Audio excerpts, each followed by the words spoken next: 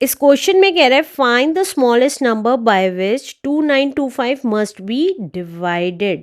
इसका मतलब है कि हमें ऐसा स्मॉलेस्ट नंबर निकालना है जिससे हमें 2925 को डिवाइड करें तो हमें क्या मिल जाए, परफेक्ट स्क्वायर मिल जाए।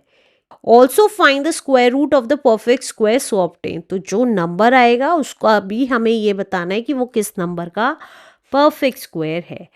तो चलिए क्वेश्चन कर लेते हैं अपना। 13th क्वेश्चन है हमारा। तो देखिए 2925 का देखना है हमें किस नंबर से इसको डिवाइड करना है। तो हम क्या करेंगे, इसका प्राइम फैक्टराइजेशन कर लेंगे। तो ये किस नंबर से जाएगा, 3 से चला जाएगा। 3 9 ज़ा 27, 22 3 7 ज़ा 21, 3 5 ज़ा 15।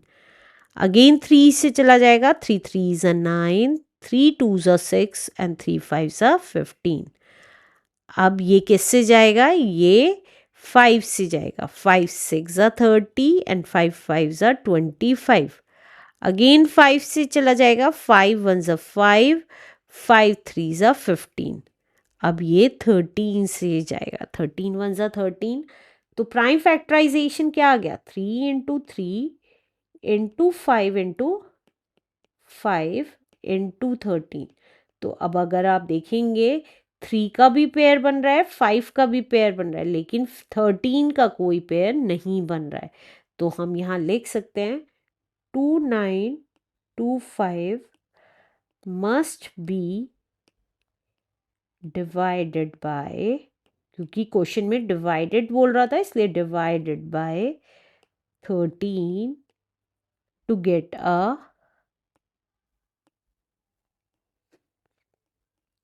Perfect square. परफेक्ट स्क्वायर निकालने के लिए तो ये कितना आ जाएगा, डिवाइड करने के बाद ये देख लेते हैं। तो देखिए यहाँ साइड में कर रही हूँ। 2925 को अगर हम 13 से डिवाइड करें, 13 2 ज़ा 26, 3 बचा 2 तारा, 13 2 ज़ा 26।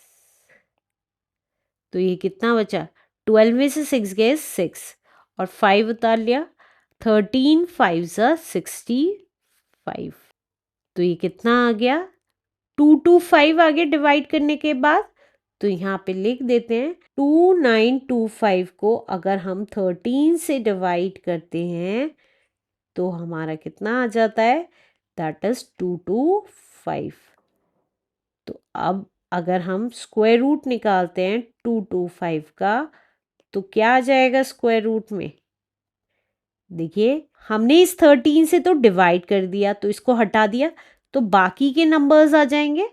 तो 2 टाइम्स तो 3 आ गया और 2 टाइम्स 5 आ गया। तो अब पेयर्स बनाए 3 का और 5 का। तो हम यहाँ पे एक एक बार बाहर लिख दिया, 3 और 5। तो ये आ गया हमारा 15। तो इसका मतलब 13 से डिवाइड करने के बाद इस नंबर को 225 जो नंबर आया है वो किसका स्क्वायर है, 15 का स्क्वायर है answer. Let's do next question now.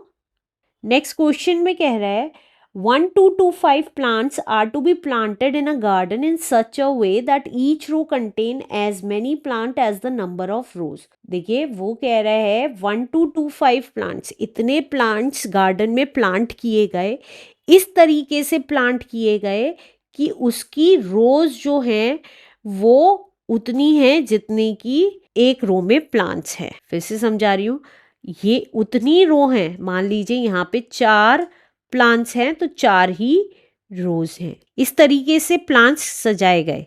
अब आगे क्या कह रहा है, find the number of rows and number of plants in each रो।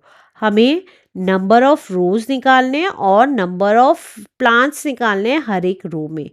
तो हमें ना नंबर ऑफ रोज पता है ना नंबर ऑफ प्लांट्स पता है इन ईच रो। तो लेट कर लेते हैं, let the number of rows be x, x मान लिया।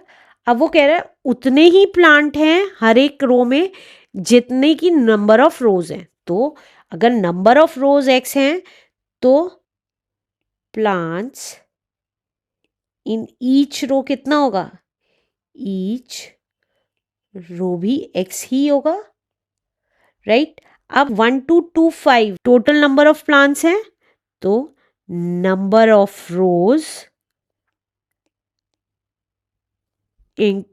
अगर आपस में इन दोनों को मल्टीप्लाई करेंगे तो ये बैठ रहे हैं। क्यों मल्टीप्लाई करेंगे?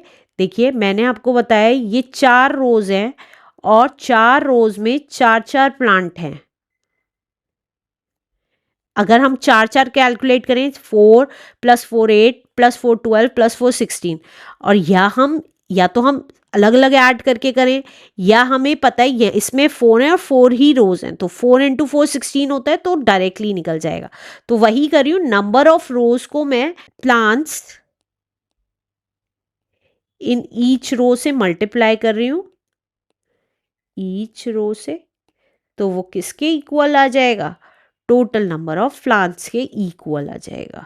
टोटल नंबर ऑफ प्लांट्स, तो x रोज हैं, x ही प्लांट्स हैं हर एक रो में, और टोटल नंबर ऑफ प्लांट्स कितने दे रखे हैं? 1 2 2 5। तो देखिए x × x is x² equals to 1 2 2 5। अब x² की वैल्यू आ गई है, तो x की वैल्यू क्या आएगी? जब भी हम ये पावर को हटाते हैं तो दूसरी तरफ रूट बन जाता है, क्योंकि यहाँ पे 2 है तो स्क्वायर रूट बन जाएगा, यहाँ 3 होता तो क्यूब रूट बन जाता। तो यहाँ पे स्क्वायर रूट में लिख देंगे 1 2 2 5। तो अब क्या करेंगे? हम प्राइम फैक्टराइजेशन कर लेंगे 1 2 2 5 का। तो देखिए ये 3 से जाएगा कि नहीं जाएगा? 3 से नहीं जाएगा, 5 से जाएगा।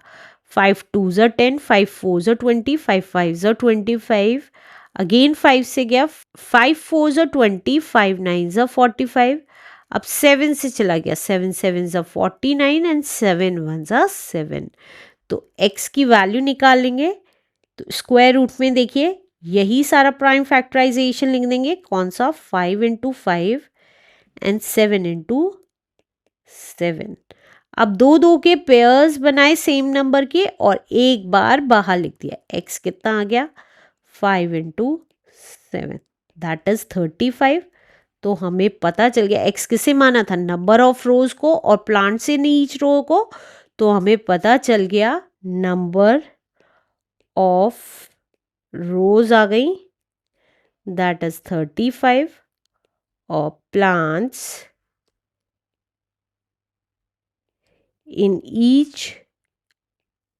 each row आ गया, that is 35 is the answer. Let's do next question now.